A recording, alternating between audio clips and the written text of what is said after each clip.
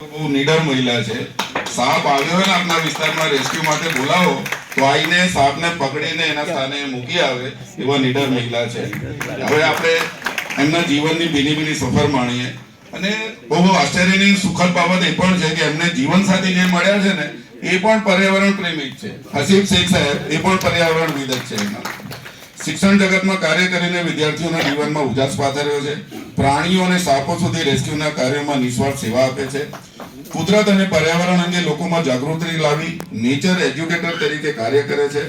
ગરીબો, વિધવાઓ, પીડિત મહિલાઓ, બાળકો અને જરૂરિયાતમંદ માટે ઘણા વર્ષોથી ન્યાય અને મદદ માટે લડત આપી રહ્યા છે.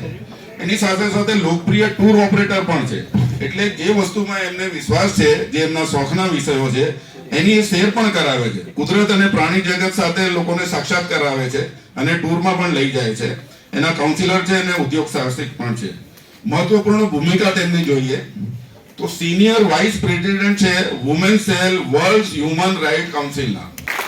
જોઈન્ટ સેક્રેટરી છે અજીમ ફાઉન્ડેશનના. ફાઉન્ડર મેમ્બર છે ઇબ્તેદા ફાઉન્ડેશનના. મેમ્બર છે સાંજી વિરાસતના. સ્ટેટ હેડ છે ગુજરાતના એએમપી વુમન્સ વિંગના અને પ્રાઉડ મેમ્બર છે જેન્યુન હેલ્પ ફાઉન્ડેશનના. અને સાથે જ મને કહેવામાં જરાય સંકોચ નથી કે જમાતે ઇસ્લામીના જેટલા પણ પ્રોગ્રામ હોય, જે પણ કાર્યો હોય, એમાં પણ એના એક સક્રિય તરીકે જે સામેલ રહે છે. એમની જે ઓળખ અને સ્તુતિ છે વિવિધ અખબારોમાં, મેગેઝિન્સ અને સોશિયલ મીડિયા પ્લેટફોર્મ ઉપર વારંવાર તેમને આવકાર મળ્યો છે. જૂના ઝાડ જેવા મજબૂત અને નવા ફૂલ જેવા નમ્ર, હોપફુલ એવા સુમૈયાબેનની આ ઓળખ છે. દરેક ભૂમિકામાં નિષ્ઠા અને દયાભાવ સાથે સમાજમાં પોઝિટિવ ચેન્જ લાવવાનો પ્રયાસ કરી રહ્યા છે. આપણે એમને ખૂબ ખૂબ બિરદાવીએ.